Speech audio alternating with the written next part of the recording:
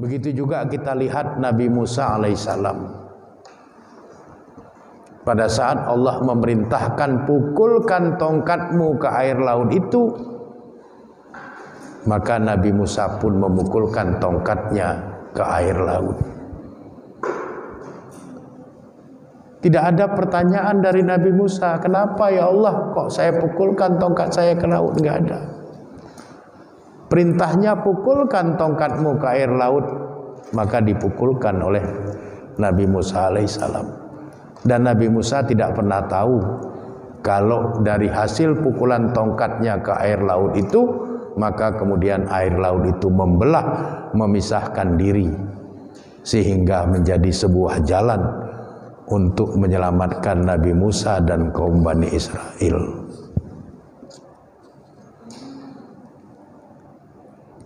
Begitu juga keyakinan Sayyidati Hajar.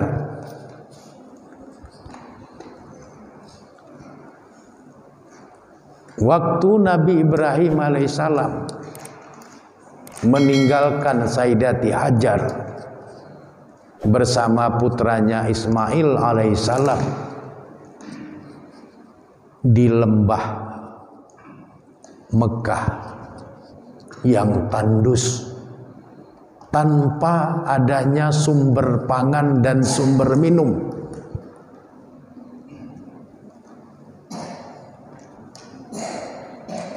Hanya satu yang ditanyakan oleh Sayyidati Hajar kepada Nabi Ibrahim.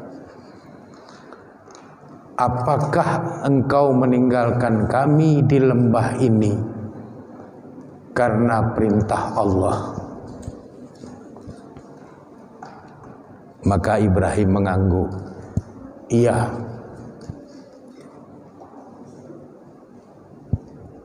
Lalu Ibrahim pun terus berjalan meninggalkan Hajar, meninggalkan Ismail yang masih bayi.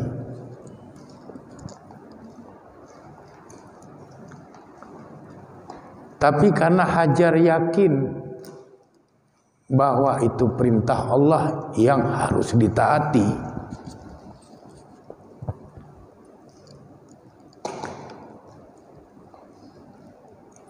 maka semua urusan menjadi urusan Allah.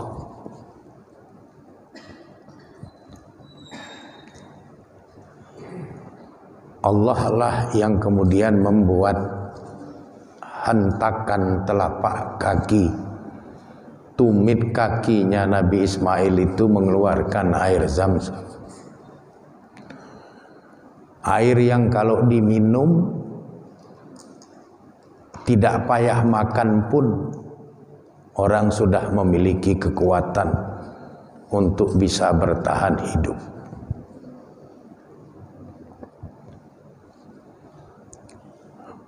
Jadi taati perintah Allah, taati perintah Rasul. Jangan banyak tanya. Begitu juga dengan Nabi Ayub alaihissalam. Allah perintahkan kepada Nabi Ayub, jejakkan telapak kakimu ke bumi. Ayub enggak banyak tanya dan tidak bertanya. Dihentakkannya lah telapak kakinya ke bumi, memancarlah air dari bekas jejakan telapak kakinya itu. Lalu Allah bilang, minum, basuhlah tubuhmu dengan air itu. Maka pulihlah Nabi Ayub seperti sedia kala. Begitu juga dengan Nabi Nuh alaihissalam. Allah perintahkan kepada Nabi Nuh buat kapal. Nabi Nuh tidak bertanya kenapa harus buat kapal. Perintah Allah buat kapal ya buat. Patuh dan taat. Dan Nabi Nuh tidak pernah tahu kalau akan terjadi banjir besar yang akan merendam seluruh daratan dunia. Tapi karena kepatuhan dan ketaatan itu, maka hasilnya adalah hasil yang mendatangkan keselamatan dan kebahagiaan.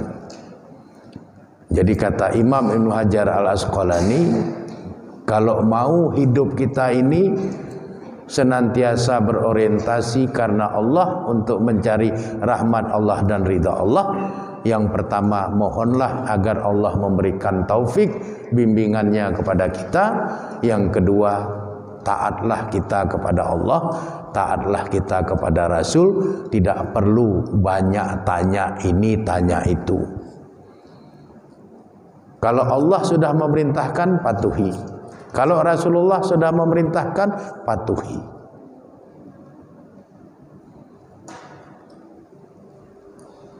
Itulah kunci yang membuat kita senantiasa terbimbing, sehingga apapun yang kita lakukan senantiasa kita niatkan karena Allah untuk mencari ridho dan rahmat dari Allah Subhanahu wa taala.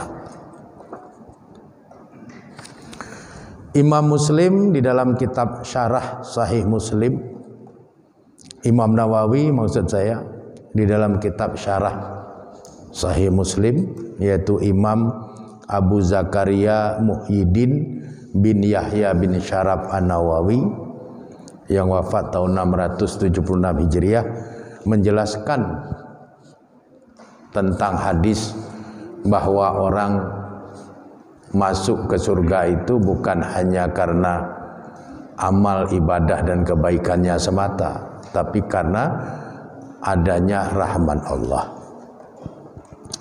Imam Muslim mengatakan, bal yaghfiru lil mu'minina wa yudkhiluhumul jannata bi rahmatihi. Jadi tidak demikian. Artinya bukan amal semata-mata yang membuat orang masuk surga. Bukan ibadah semata-mata yang membuat orang masuk surga. Bukan kebaikan semata-mata yang membuat orang masuk surga. Tapi yang membuat orang masuk surga itu karena Allah mengampuni orang-orang yang beriman, dan Allah memasukkan orang-orang beriman itu ke dalam surga dengan rahmatnya. Artinya amal ibadah dan kebaikan yang di situ tidak ada rahmat Allah tidak akan mengantarkan seorang hamba masuk ke dalam surga. Amal ibadah dan kebaikan yang di situ ada rahmat Allah lah yang membuat orang masuk ke dalam surga. Kata kunci hadirnya rahmat dan ridha Allah itu kalau sesuatu yang kita lakukan itu memang benar-benar karena Allah. Lalu Imam Muslim mengatakan, wa yu'azzibuhul munafiqina wa yukhalliduhum finnari adlan. Dan Allah akan mengazab orang-orang munafik dan memasukkan mereka ke dalam neraka dengan keadilan.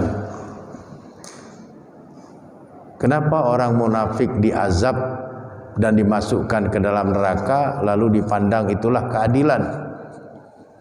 Karena orang-orang munafik itu kalau beramal, beribadah, berbuat baik dipastikan bukan karena Allah dan bukan untuk mencari rahmat dan ridha Allah. Beda dengan orang yang beriman yang memang mereka itu mendapatkan taufik bimbingan dari Allah dan adanya kepatuhan mereka kepada Allah dan Rasul-Nya. Jadi ini semua harus kita pahami supaya kita mawas diri, waspada. Jangan sampai amal kita, ibadah kita, kebaikan kita itu menjadi sia-sia tanpa makna. Oleh karenanya fokuslah, amal yang kita lakukan itu harus kita niatkan karena Allah. Semua ibadah yang kita lakukan harus kita niatkan karena Allah. Semua kebaikan yang kita lakukan itu harus kita niatkan karena Allah. Ilahi anta maksudi waridhoka matlubi a'tini mahabbataka wa ma'rifataka. Ilahi, ya Allah ya Tuhanku, anta maksudi, engkaulah yang menjadi tujuanku, wa ridhaka matlubi, ridhomu yang aku cari, a'tini, datangkanlah kepadaku mahabbataka wa ma'rifataka, kasih sayangmu dan kedekatan denganmu. Mudah-mudahan dengan tekad kita yang kuat, mendasari semua amal ibadah dan kebaikan kita karena Allah dan untuk mencari ridha dan rahmat Allah, insya Allah Allah akan memasukkan kita ke dalam surga dan memberikan kebahagiaan yang tiada tara dalam kehidupan kita kelak di alam akhirat. Demikian saja, kurang dan lebih saya memohon maaf. Pada Allah Subhanahu wa taala saya memohon ampunan. Hadanallahu wa iyyakum ajmain. Wallahu a'lam bishawab. Walhamdulillahirabbil alamin. Assalamualaikum warahmatullahi wabarakatuh.